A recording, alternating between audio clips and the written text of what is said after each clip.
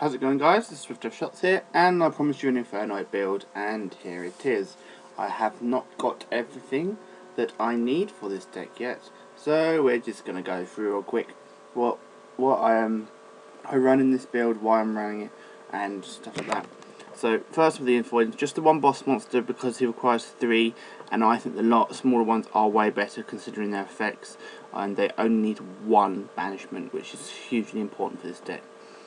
And this guy just for another trade-in, and plus he can attack twice, so he can beat stick over, and he's really big, and so you just want 1 copy of him. The Beelzebub, you need 2 copies of this. It bounces cards on the field back to your opponent's hand. It's really strong at just getting rid of problem cards. Its defense is good. It's also really good to mind control this away. Quick swap this away in attack position to get extra damage. So for that reason, I played 2 of that. Just the 1 of this because Quilly have things on the board that because it's a level so low that it can't affect. Also, it's not that great against Shadal because you're giving them extra cards. Same for Burning Abyss. I found that bouncing constructs, for instance, with these guys is far more superior to the ability to blow up monsters of this guy. So for that reason, we only run 1 copy of this. The other one is in the side for those matchups that are not Quilly. But other than that, we just run the 1 in the main. And then we have 3 copies of Astaroth, which in my opinion is the best one of all the Infernoids. He is basically a one card summonable MST per turn that can't attack afterwards, with an 18 body, who is 4-star, and that for me is amazing. This guy is the best one by a long way in my opinion, and he is only in rare, so he's really easy to attain. You'll find this in many builds. He is OP. He is great at getting rid of them pendulums and then just creature swapping him away, which I'll be doing a lot. So you'll see that a lot too in my videos because I'm going to give you some games. But yeah, that's the Infernoid lineup. We have, what, 6, 7, 8, 9, 10, 11 of them, is that? 8 of them, sorry. So yeah, we have 8 Infernoids in this build, so we go with that. Then we're going to run 2 Magical Merchant. As you can see, I'm running a version of this that says Excavate on cards, particularly with Reasoning excavating these days. So I decided to go for a build that helps me excavate more cards, and so I'm using Magical Merchant. The primary reason is because of the Sylvans and the ability to find a Sylvan Charity when it's at 3 from the deck, or a creature swap with the Magical Merchant is so good opening, and plus people won't know what they're playing until the game 2. They won't even see a merchant sometimes game 1 because they hit 2, so it's just really good at doing what it needs to do, which is give you cards in the graveyard for these, and give you one of these cards as well, the effects, as well as giving one of any of 3 odds that we need. We play 3 odds everywhere in this deck. 3 of Charity, 3 of MST, 3 of Reasoning, 3 of Creature Swap. So any of those guys we can see, plus any of our power cards. So that's the reason I was running 3, but I think the Commissaries are more important, and I'll tell you a bit more about that when we get there. 3 Reasoning. Like I just said, with this card Excavating, and it means any of these big guys here, are summonable. These are summonable, and there's not much I don't want to summon. These go straight to the graveyard, obviously. So anything I don't really want to summon is a Commissary and a Marsh Leaf. But Marsh Leaf isn't exactly small on 15, and the Commissary isn't exactly defenseless on 2k. So there's no bad special summons per se in this deck.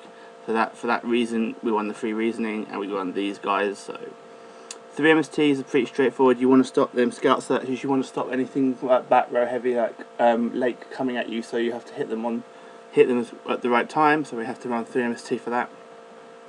And then we run a Plant Stroke Sylvan Core in this deck, and that's really what I want to talk about today. And because I found that the Excavate with this card helps these out immensely, particularly this is at 3. So you can summon any of these of the Reasoning, and do any of these guys as well. The effects go off if they Excavate any of the other cards. Great. If they Excavate any of these, that's still great because I know that I'm not drawing it next turn dead. If they Excavate any of these, they're just still in the deck, so I know that there's pieces still in the deck. and they're going to just flush out any of these guys for effects, which is why it's really, really strong. They're not exactly small. 27 and 26 special summoned monsters that aren't from the extra deck against Shadow is really, really good. It hurts a little bit with Quillian Skill Drain, but if you're opening this, it's really, really strong. Dante can't get over this either, so it's really, really good just to see any of these guys off your reasoning, or this guy is a bit dead off the reasoning, but any of these guys off the reasoning is really, really good. Happens fairly consistently considering the amount of big guys we run, so yeah, that's why we have them. The one blaster, because 1, 2, 3, 4, 5, 6, 7, and then these are in as well for the fires. So we're going to these. These were another magical merchant and a peacekeeper, but the peacekeeper was being seen dead, and I couldn't get the one peacekeeper to bring me these guys out, or out of any frequency. So I just decided to drop it and run 2 extra MSTs that can be milled from the deck. So for that reason they're in, and they're really decent bodies as well in defense if they come off the reasoning, so for that reason too. And there's still fire types for the blaster, so it made more sense, as well as their excavation ability on flip, to run these guys, because they do a similar thing to merchant, is that they're going to hit anything that I want them to hit, so that's why. And they're not bad creature swapped in attack position either, which is another thing about them which I really like. This was at 3, it's down to 2, because I just found that unless you're playing the Econ as well, there is another build you can play this. We run 3 of this guy, and one of this, none of this guy, one of this guy, and then 2 Peacekeeper as well, and you just play the Econs, and you play 3 creature swap, 2 Econ and mind control, and you just go through the whole thing, nicking their monsters and doing consistent damage. But I found it wasn't consistent enough, so I've decided just to run these 2, split it down to these control cards here, and leave it at that. This guy is really good. Just if you stacked with the charity, you know what you're doing. You know you're going to mill the right things you want to mill. If you special summon him, you know you've got 15 stick. 15 sticks still alright. It still does damage. Yeah, there is the threat of damage, and you can easily just creature swap this away. So you normal summon it, get you to excavate, see if you hit a plant monster, and then you creature swap. And I think that's really, really strong, so I really, really like this card as well. I would run more if I had more space, but I think I've optimised this out almost perfectly now, so we'll see. 2 lone fires, obvious reasons are obvious. I want to get any of these big trees on the field. If I open them, if I open anything, I'll just use this. It is a bit susceptible to vanities, and if I see this, so I'll get around that, but if I see this off the reasoning as well, I don't care. If I see this milled, I'm not too fussed really either, because I know that there's 2 in the deck, and if I haven't opened it, it's a bit late sometimes as well, so it's fine on all those accounts. So yeah, that's why we run this. You can also tribute any of these guys off should I mill them off the reasoning as well, so for that reason it's good for that as well. I didn't really talk about the queers. The queers are really good in that if these get sent to the graveyard, or any of these get sent to wherever, you can special summon from the hand. It also makes all the rank 7 plays with the blaster, so that's the reason I run that. So that ties in with lone fire, as in I can get one from deck, have blaster ability, do one of the 7s that we all know about. So yeah, this was initially at 2, but this is what makes the deck really, really, really consistent. You get to put back one silver plant, silver monster, and then something else. So if you draw double MST or 3 of these guys and then just the one on this, you're drawing 3 cards to start with, so you get to make your hand more how you want it to be, and put back the one dead plant, which is normally one of these, and on top, and then one of the other cards which would be dead, which is normally for this, or maybe, like I said, the double MST opening. There's so little that's dead in this, and then you're just gonna summon the Marshall Leaf and get the order effect of this. This is really good as well. You look at the top 3 cards and place them in order, and so with this deck you don't want to see these go to hand, you want to see these go to the graveyard. So the Shinra plant does that for you, the Hermitry, sorry, does that for you, so yeah, that's really good for that. The one 7 swords and 2 trading for the one So the one of 4 level 8s that we can draw from, and this for the one of 3 level 7s we can draw from. Banishing one of these on the field is actually not that bad if it helps you dig for game as well, I found, so that's really good. This is the MVP card of this deck. It is Creature Swap. It is just so good v Quilly. It is so good in the BA matchup as well from what I've been testing. This card just wins you the game against BA if you open it 2 of these and something like a Lone Fire. You should win from there most of the time, purely because they have had their Squalifies Quilly taken. You've outlined another monster on board. You've probably opened a Astaroth to blow up their scout, and then they're left with nothing really but a few back rows and maybe a skill drain which they've popped, and they're taking extra damage rather than losing their scout. But then if you've opened this as well as the last card, and you're normally going second as well equally, so you always want to go second, so yeah, for that.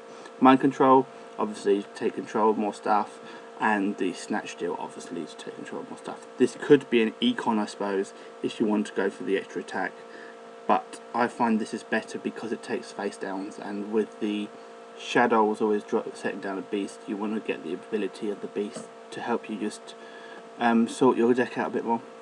Just the one trap that wanted to run Bottomless as well, but I don't have room, and this is more important to stopping pendulums and stopping Shadow Fusion, so for that reason we run this on a warning instead, and it's just the one trap to stop anything from big from happening. It's really, really good for that. I won't talk about the extra deck. It's all rank 4s as you can see, and rank 7s, and then rank 8s with the double Veilground, because Veilground is the best one in my opinion you can make, so for that. Then we just got smaller things. There's enough 2s to run a Gachi, there's enough 3s to run a Fortune and a Zen mains, and then the other 8 is the Sylvan guy, who's quite cool at stacking the deck and doing fun things as well, so we have that in there as well for that. I want to talk more about the side. The side is where you're going to win games against BA Quilly and Sylvanoids, I suppose now. You have the 3 cross out for the Shadow Mirror, as well as the 2 Shadow and Prisoner Mirror, and actually you have the Chimerica Doom, which I'll talk about later, for that as well. The Sylvanoids, you have the Vanities. You can also use this for BA, but mainly the Denkos for BA, and so are the Sims. This is for Quilly, so in case you want to run more hate on their pendulum scales and you want to stop them doing anything at all, that's the reason for this. The Denkos, like I said, are mainly for BA. I'm running an extra Beelzebub and so Antra, as we call it over in the TCG, and a Hadrock, I think it is in the TCG, as their names, because this guy is not that good in the Shadow matchup or the Burning Abyss matchup when you want to clear the board monsters more than the back row. So you just want to drop out one of these for either one of these guys in that. It's the Beelzebub for me in the Shadow Mirror because of the bounce of the fusion monster, and it's the destruction of a Dante, or for me instead of the back row destruction with this guy. So yeah, you can alternate between the two. It just gives you more versatility on how you're going to play the deck. So that. And the last thing is Chimerica Doom. This card is ridiculously good against the Tellers, BAs, and Shadow in their main phase 1. So I'll read what it says. During each of your end phase, draw a card unless you control 1 Encore or have a Fiend monster in your hand, which will normally be these. This is the important bit. Effects of light and dark effect monsters that activate during the main phase are negated. So if you're playing Satellas, none of their effects are going off. They're not making anything at all against you. They can bomb over it, maybe with an Altea, that's about it, or the new 1900 guy, I can't remember his name, but that's about it. They have to do that first. They have to have the ability to do that as well. BAs don't get their effects once they make the Dante. They can't do the Dante's ability to gain attack. This card is so good against so many things. I decided I'm going to side 2 and just bring them in. Probably dropping the magical merchants against things like BA and Satellas, just so I can use these guys instead. I would run a 3rd if I thought it was going to be something I was going to open, but I don't think I have enough Infernoid wants us to run this at 3, so that's the deck, that's where we're going with it. I hope you enjoyed this video, and I will give you some matches sooner or later in the next couple hours to go up. So that's Swiftdeathshotz out. I hope you liked my Infernoid build, and yeah, cheers guys, there'll be a zombie build coming soon. So that's Swiftdeathshotz over and out.